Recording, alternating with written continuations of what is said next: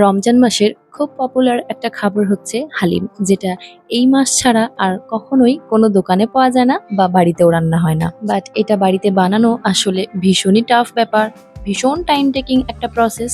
তাই আমার হাজবেন্ড অনলাইনেই একটা হায়দ্রাবাদি হালিম প্রিমিক্স অর্ডার করেছে, যেটার সাথে দুটো প্যাকেট এসেছে আর ইনস্ট্রাকশনটাও খুব সুন্দর করে লেখা আছে। তাই আজকে একসাথে দুজনে কিচেনে এসে গেছি সন্ধ্যাবেলায় হালিম বানাবো বলে।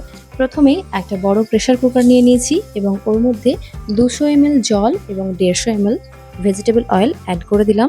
আর এখন দিয়ে দিচ্ছি 250 গ্রাম মতো টক দই, আর এর মধ্যে অ্যাড করে দেবো মিট মশলাটা।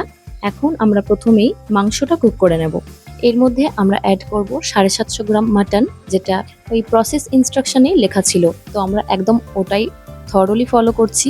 এটাকে কিছুক্ষণ নাড়াচাড়া করে আমরা সিটি দেব অনেকগুলো, যাতে মাংসটা ভালোভাবে কুক হয়, বেশ একটু ওভার কুকই বলা যেতে পারে, যাতে মাংসটা একদম ছেড়ে ছেড়ে যায়। তো ততক্ষণে আমি গার্নিশিংয়ের জন্য একটু বেরেস্তা বানাচ্ছি। আসলে হালিম খেতে আমাদের বাড়িতে আমরা সবাই খুব ভালোবাসি, তবে শিলিগুড়িতে হালিম বলতে এখানে আমিনিয়া বা আরসালান, আর এদের হালিমের দামটা অনেক বেশি আর পরিমাণও খুব কমই থাকে। হালিমে আসলে মাংসটা বেশ ভাঙা ভাঙা টুকরো টুকরো থাকলেই ভালো লাগে, তাই বড় যে কটা পিস ছিল একটু হাতার সাহায্যে ভেঙে ভেঙে নেওয়া হলো। এরপর নেক্সট স্টেপ, এখানে আমরা অ্যাড করেছি 1.5 লিটার জল, আর এর মধ্যে যে ডালের মিক্সটা ওটা আমরা দিয়ে দিলাম। আর এটা কিন্তু কনস্ট্যান্ট নাড়তে হবে, না হলে লামস এসে যাবে। এই মিক্সচারটার মধ্যে নানান রকম সিরিয়ালস যেমন গম, ওটস, বার্লি, উড়ার ডাল, রাইস এগুলোও আছে, নাটস আছে, নানান রকম স্পাইসেস আছে। তো এটার মধ্যে আমরা একটু নাড়াচাড়া করে নেওয়ার পর মাংসটা অ্যাড করে দিলাম। ওপর থেকে ধনেপাতা, পুদিনা পাতা কুচি করে দিয়েছি। আর কনসিস্টেন্সিটা একটু গাঢ় হয়ে গেছিল বলে একটু গরম জল অ্যাড করলাম।